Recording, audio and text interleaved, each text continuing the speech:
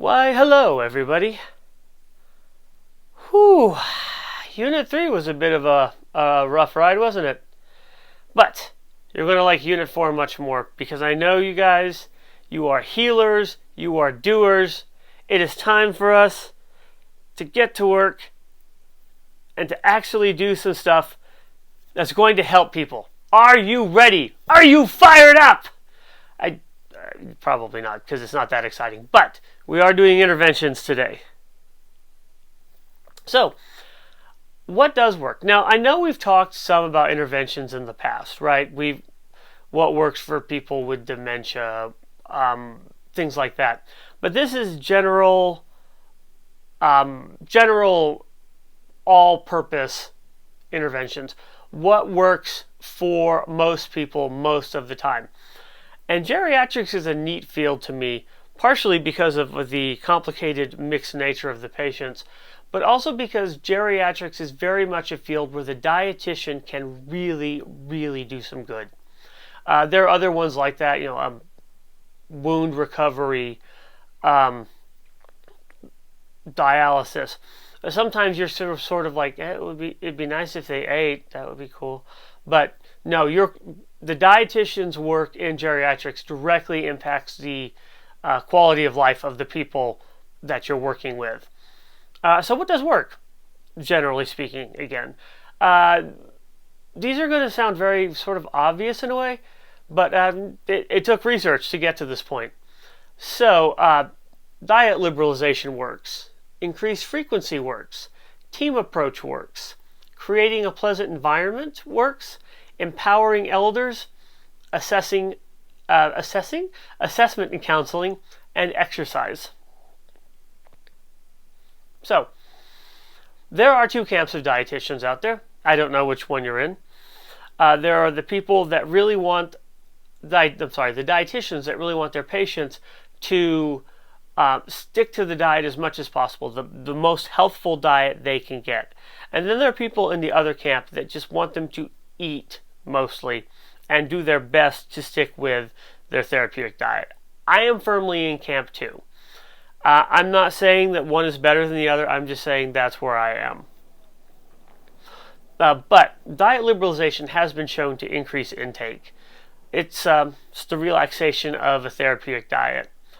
We're going to enforce as few restrictions as possible, except for consistency, maybe. We'll get back to that in a second.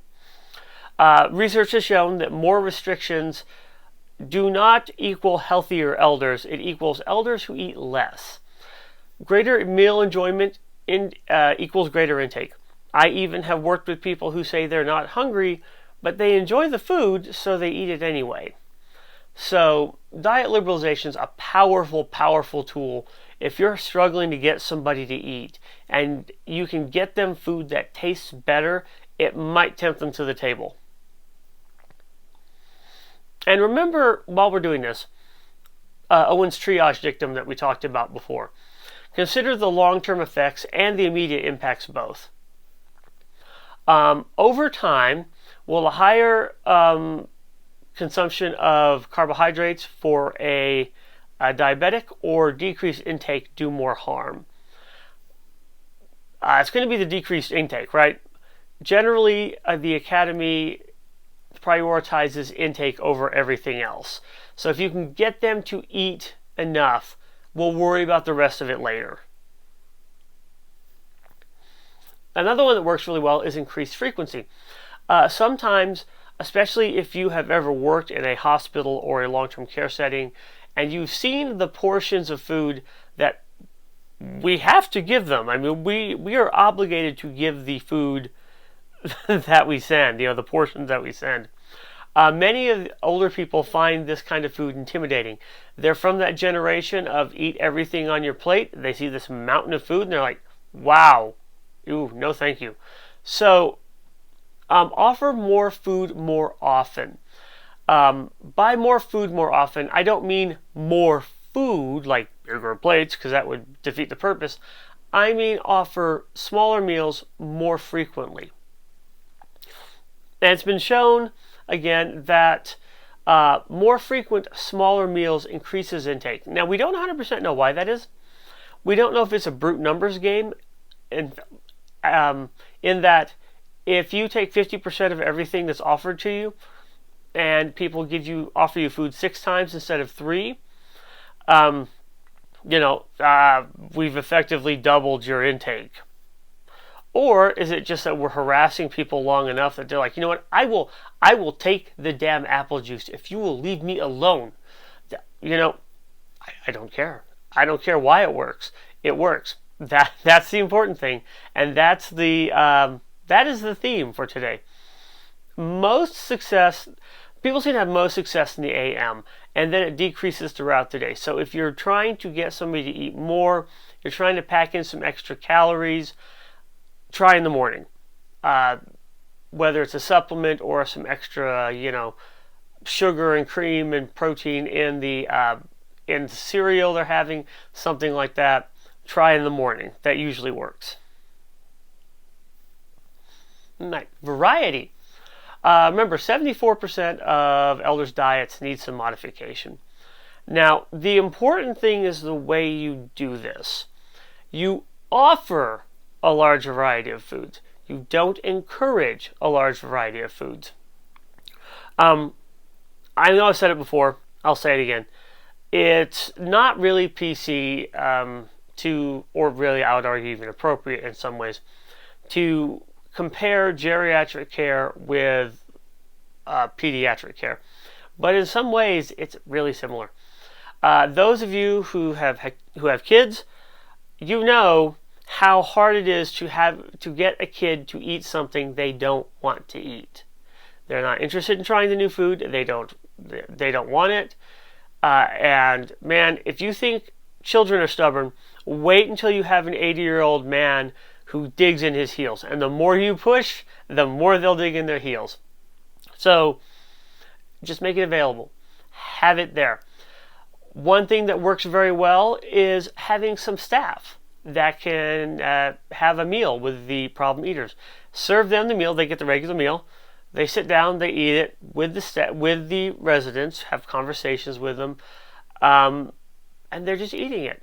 And it's amazing how well that will work. They don't make a comment about it. They don't say, "Ooh, this is so good." They just sit down and eat very casually, like no big deal. It helps a lot. Change options regularly too. You don't want to give them the same thing all the time because if your option is beets, which I at least personally can't stand, or carrots, but you've had carrots for the last 2 weeks, maybe I just don't want anything. So change up your options regularly, meals and snacks both. Apologies for this very dense slide with very little information on it. A multidisciplinary involvement, teamwork, really, which sounds dumb, but everybody should be focusing on the same things. Know what your residents need, and work on that. Everybody encourages them to eat. Everybody encourages them to do restorative. If they're working with therapy and they're walking, then we're all cheering them on while we see them in the hallway.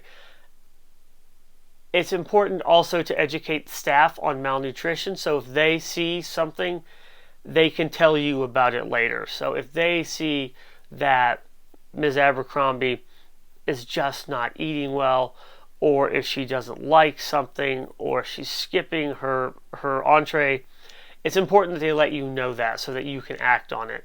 So everybody being involved in the care of the resident helps.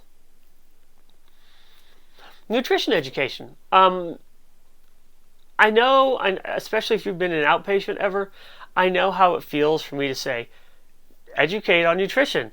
It feels really frustrating because it doesn't always work. But literature does show that it works for geriatric patients. They will respond to tailored nutrition education. Now, there's a couple things to this. One is the way you do it. Nobody bear in mind who you're talking to. Miss that way. Keep your audience in mind. These are like 70, 80, 90, maybe even 100-year-olds. And then here comes you, young whippersnapper, who is coming in to lecture them on how to eat. And they were doing this before you were even born. So don't do that. Come in friendly, happy, you're cheerful. You're here to help. I want to make things better for you. What can I do? What's the problem? The other thing to do is to focus on practical benefits. Don't talk about how great it is to eat more vegetables and how good you feel and it's so nice to eat locally because it helps the environment and fresh food just tastes better. They don't care. They want to know if what you're telling them is going to resolve their issue. If they're constipated, is this going to make them poop? That's what they want to know. If you can sell them on that, you're good. If you go off on a tangent about how it's going to improve their quality of life, they don't care. You've lost them. So remember, always, one, be friendly, be respectful of them, and be casual but polite, and focus on practical benefits. And create a pleasant environment. This sounds so stupidly obvious, and I know it does, but it's true. Remember what I said in the dementia unit? That sounds bad. When we were discussing dementia, remember when I said that contrasting colors helps people eat better?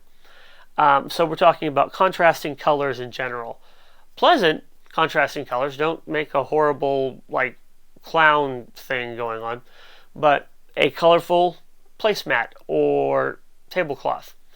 Colorful dishes that contrast with the placemat and the food. Other dining room interventions. The smell of the dining room, especially if you work in a facility that's older. Does it smell mildewy? Do you get weird smells from the plumbing sometimes? I'm trying to be polite here. Are the residents in the room pleasant to be with? Now, you can't separate people out because they're unpleasant, but you can pair people together that like each other. Things like this, these little things. Is there enough lighting? Sounds, that's one too. I mean, our generation, people with, I say our generation, as though I know exactly who I'm talking to. Gen Xers and later, if you remember that. So that's people born around 1960 and after. Kind of are used to having things going on while they eat. TV, radio, something's on while they're eating often. This generation didn't do that. And they already are challenged because they may have some mild dementia going on. So the more things happening around them, the more difficult they find it to eat, to focus on the food. So keep noise to a minimum, make the lighting bright. The one exception to this is that we do have several people in our staff, personally at least, within my company, that play musical instruments. They do like a live serenade at dinner sometimes. We'll have somebody come in and play piano for them or something like that. I haven't gotten to do that. Apparently they do not want like Beethoven's fifth bass guitar concerto played at dinner or something like that. I understand. That doesn't sound very appealing to me either, truthfully, by itself. Now, all of these very, very simple. Is the dining room pleasant to be in? Are the colors nice? Does it smell nice? Is it brightly lit? Have it show an average increase of 181 calories a day. Now, I know you may be looking at that and thinking, big deal. That is a can of Dr. Pepper's, pretty much. Who cares? If your estimated needs for a patient are 1,500 calories a day, you have, just by clearing up the dining room, you've increased their intake by over 10% a day by doing nothing else. You didn't touch the food. You didn't give them any kind of therapeutic diet. That was it. So the dining room, their eating experience is huge. Also, assess the dehydration decreased from 3% to 1%, which is two pieces of good news. One, there weren't that many people that were dehydrated in this study, which is great. The other way you can look at this is that these changes to the dining room and the dining experience decreased dehydration by 2/3 by doing nothing except making the dining room nice. So pay attention to how the dining room is. Empowering elders. It's important to remember, as I said earlier, I know it's very easy sometimes to compare geriatrics and pediatrics in some ways, and I do it too. I'm guilty of it too, but I try not to. It's important to remember these are adults. They have had full lives. So the more power and choice you can give them, and the more independence you can give them, the better it is for them. Encourage menu decision making and experimentation. When we start we have cycled menus in our long-term care facilities. When we start getting ready to do the new menu, which it's March, we already have our first drafts put together. We start talking to people. We're like, what would you like to see on the menu? What do you miss? Do you have any good family recipes you'd like to share with us? Get them involved in that. Also, within the meal, the way that our facilities run is that we have a meal of the day, and then we have always offereds, which are exactly what it sounds like. You can always get these things. And then we change those every once in a while. So, if you say we're having meatloaf, if you like meatloaf, great. If you don't, would you like a chef salad instead? Can we get you a loaded baked potato? Maybe you just don't feel like it today, but you have those options. You have choice. Instead of just saying it's this or like it, lump it. Assess and provide adaptive equipment for people. Again, sometimes there's a resistance in staff to do adaptive equipment because it looks weird, but it makes them able to eat by themselves. They can feed themselves. If it's a plate guard that you clip onto the plate, or it's a divided plate that has those high walls in it, or if it's built up where because they can't grab a regular sized handle of silverware anymore because of arthritis, that's so much better than having somebody help them eat. Because, stop again and think about it. These are adults. How happy would you be if somebody spoon-fed you your meal every day? How much of that would you eat? How much would you look forward to eating for each mealtime? They like it just as much as you do. So if you don't have to, let's not. And finally, just maximize food choices. Give them as much And I know that we're all, especially right now, I know we're all working on really tight budgets and really weird availability. So do the best you can with it. But the more choices there are, the more intake there is. So let's go back to self-feeding difficulties a little bit here. Almost half of geriatric patients have some difficulty eating. 25% of it's swallowing alone. It's due to cognitive impairment and physical impairment. So anything we can do to step in and let them keep eating themselves. That's odd. That's an odd way to say that. And let them be able to continue feeding themselves is benefits them. And the more independence they have, the more they will eat. So what kind of adaptive equipment are we talking about again?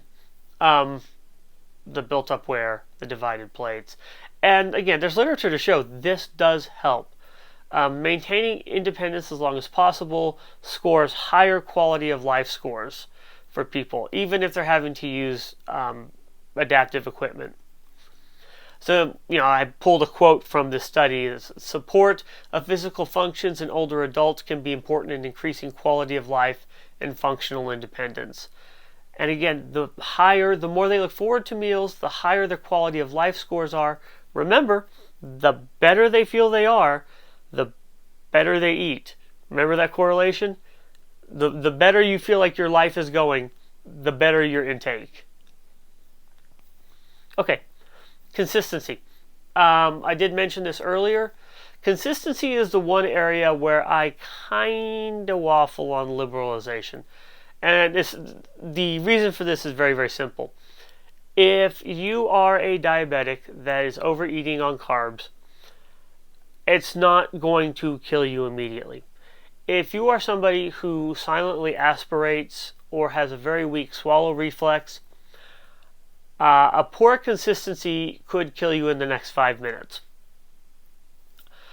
So generally, if somebody is not eating well, and I think maybe, or they tell me especially, that they don't like the consistency of the food, the speech therapist and I will talk about it.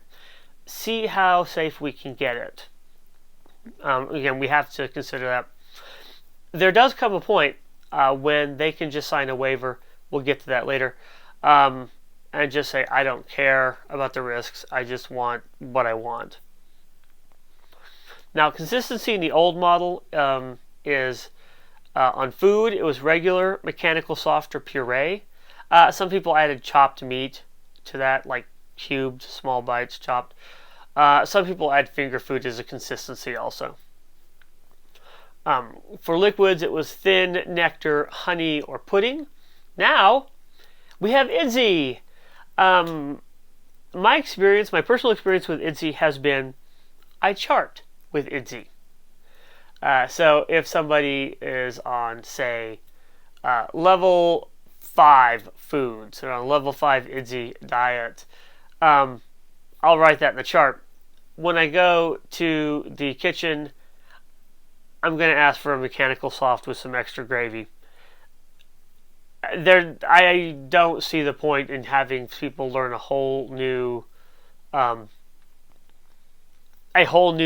set of terms for something they already know how to do. So for me, I'm charting with it. I'll use IDSI because they made it. I guess I feel sorry for them because they put the work in. But again, working with people, with patients, with other staff that don't know IDSI, I'm going to the old system. There we go. And finally, exercise. Proper nutrition, protein supplementation, maybe, if they need it, and a good, rounded, wholesome diet with resistance therapy works wonders for people. I think I told you earlier, I don't think there's any point in your life, as long as you are physically able, when your doctor will say, nah, exercise is probably not for you.